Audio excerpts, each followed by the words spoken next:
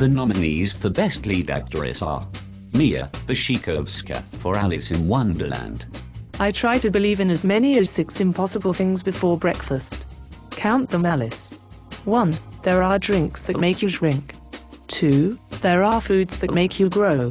3. Animals can talk. 4. Cats can disappear. 5. There is a place called Underland. 6. I can slay the Jabberwocky. Mary Elizabeth Winstead for Scott Pilgrim vs. the World. What kind of tea do you want? There's more than one kind.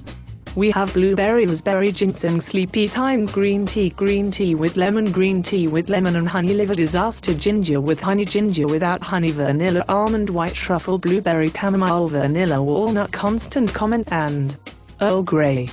Did you just make some of those up? Gemma Arterton for Clash of the Titans. My name is Io Perseus. And how do you know me? I've watched you all your life. I guided you to your family. Are you a god? There are gods and there are men, and there are those of us who are in between. Many years ago, I refused a god's advance. I was cursed with agelessness. That's not much of a curse. I've lived for years, watching my loved ones die. I imagine you're sympathetic to that plight. Emma Watson for Harry Potter and the Deathly Hallows Part 1. Hey? You. Complete ass, Ronald Weasley. You show up here after weeks, and you say, "Hey, where's my wand, Harry? Give me my wand." Why does he have your wand?